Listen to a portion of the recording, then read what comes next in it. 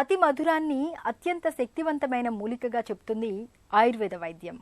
మన శరీరానికి అత్యవసరమైన చక్కెరలను అందించే ఈ అతి మధురం జీర్ణమండల సమస్యలు మొదలుకొని ఆయాసం, మలబద్ధకం వంటి ఎన్నో ఆరోగ్య సమస్యలకు ఒక చక్కటి పరిష్కారంగా పనిచేస్తుంది. అతి మధురంలో దాగిన ఆరోగ్య ప్రయోజనాల గురించి ఇప్పుడు తెలుసుకుందాం.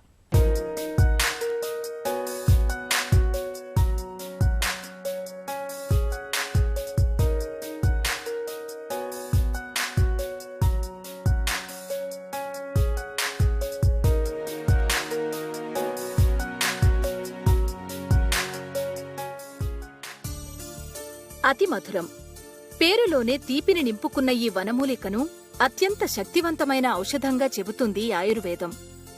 రుచికి తీయగా ఉండడంతో ఈ మూలికను అతిమధురమని, మధుకమని, మధుయాషిట అని పిలుస్తారు నిపుణులు. మన శరీరానికి అత్యవసరమైన గ్లూకోజ్, ఫ్రక్టోజ్, సుక్రోజ్ వంటి చక్కెరల శాతం అతిమధురం మూలికలో పుష్కలంగా ఉన్నాయి. అంతేకాదు, స్త్రీ శరీరానికి ఎంతో కీలకమైన ఈస్ట్రోజెన్ వంటి హార్మోన్లు కూడా అతిమధురంలో సమృద్ధిగా ఉన్నట్లు అనేక అధ్యయనాల్లో తేలింది. అతిమధురం గురించి ఇప్పుడు తెలుసుకుందాం.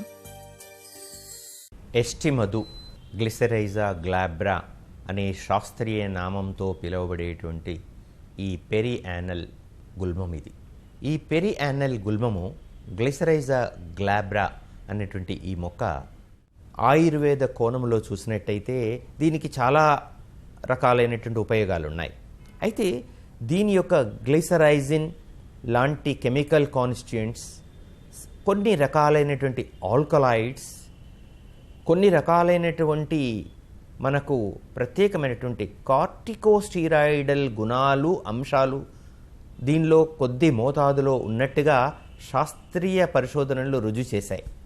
దీనిలో టెస్టోస్టిరాన్ లెవెల్స్ను తగ్గించగలిగేటువంటి అంశము, కార్టిజాల్ అంశాన్ని పెంపొందించగలిగేటువంటి ఒక రకమైనటువంటి ప్రత్యేకమైనటువంటి స్టీరాయిడల్ అంశాలు ఉండడం చేత దీన్ని రెగ్యులర్గా సేవించొద్దండి. ఈ ఔషధాన్ని విరివిగా వాడడం చేత బీపీ పెరగడాన్ని మేము అబ్జర్వ్ చేశాం. కాబట్టి ఇది జాగ్రత్తగా వైద్య పర్యవేక్షణ లోపల రోగులకు వాడడం మంచిది.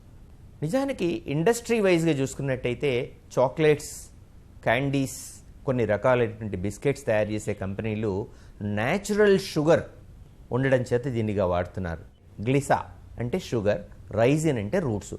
ఈ మొక్క యొక్క వేర్లల్లో షుగర్ యొక్క అంశాలు ఉన్నాయి కాబట్టి దీనికి గ్లిసరైజీ అనేటువంటిది, అందుచేతనేమో దీనికి గ్లిసరైజా గ్లాబ్రా అని చెప్పడం.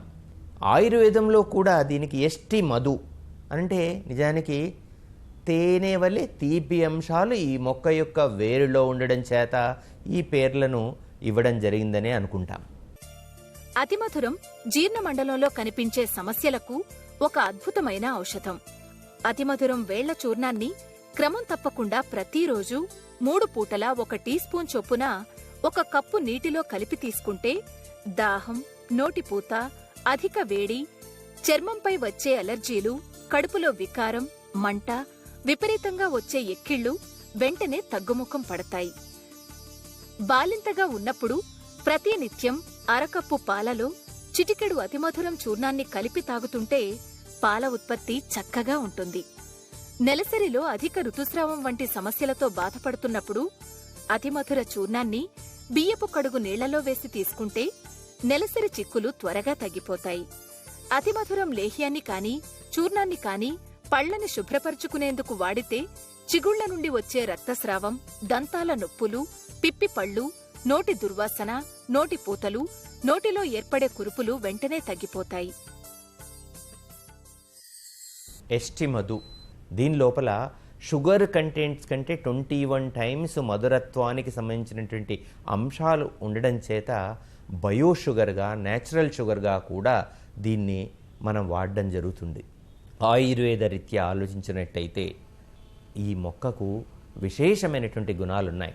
ఈ ఎస్టిమధు యొక్క చూర్ణాన్ని గోరువెచ్చ చేసినటువంటి నేతిలో కలిపి పోసినట్టయితే వ్రణముల ద్వారా కలగచేయబడేటువంటి నొప్పి కానీ, డిశ్చార్జెస్ కానీ ఇమ్మీడియట్గా ఆగిపోతున్నట్టుగా మేము శాస్త్రీయంగా చూడడం జరిగింది.